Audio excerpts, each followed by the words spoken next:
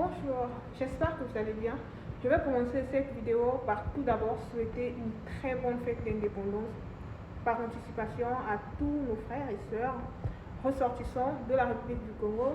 En effet, demain, 15 août, c'est l'indépendance en République du Congo. Et bonne fête à moi-même également.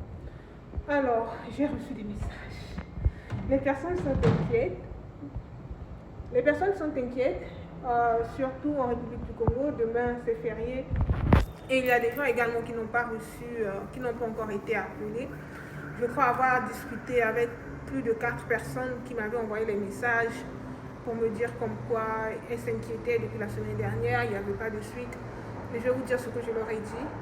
Mais avant de vous dire ce que j'ai eu à dire à ces personnes-là, j'aimerais que vous compreniez que le nombre des candidats qui ont soumis cette année-ci leur candidature est très élevé.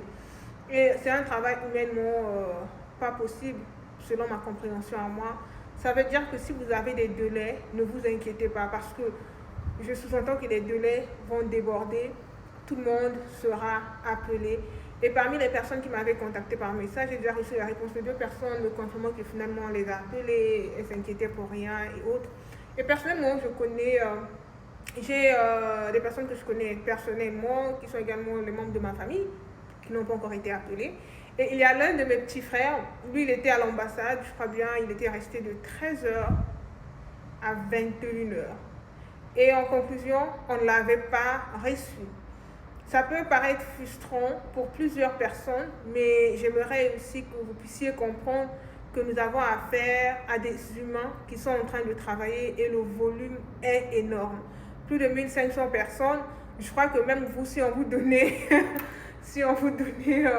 cette tâche à faire, je ne crois pas que le délai en fait, ou encore le calendrier qui a été établi vous sera suffisant afin que vous puissiez assister toutes ces personnes-là.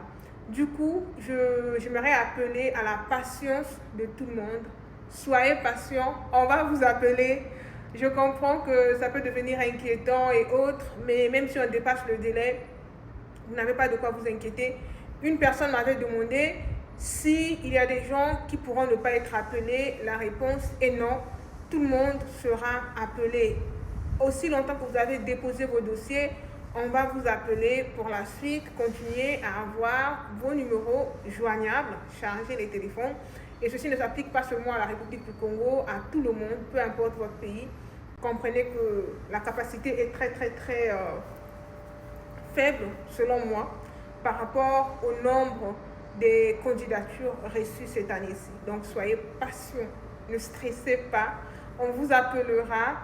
Et voilà, prenez bien soin de vous et passez une très bonne fin de semaine.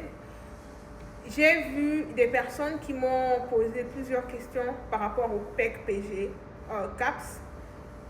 Je ferai une vidéo à propos plus tard pour éclaircir certains points, parce que j'ai quasiment tout fait sur ma chaîne YouTube. Pour les personnes qui demandent les liens, sur ma chaîne YouTube, les plus récentes lives que j'ai eu à faire parlent de ce programme. Suivez les 3 vidéos et pour le reste, on reviendra plus tard. Bye!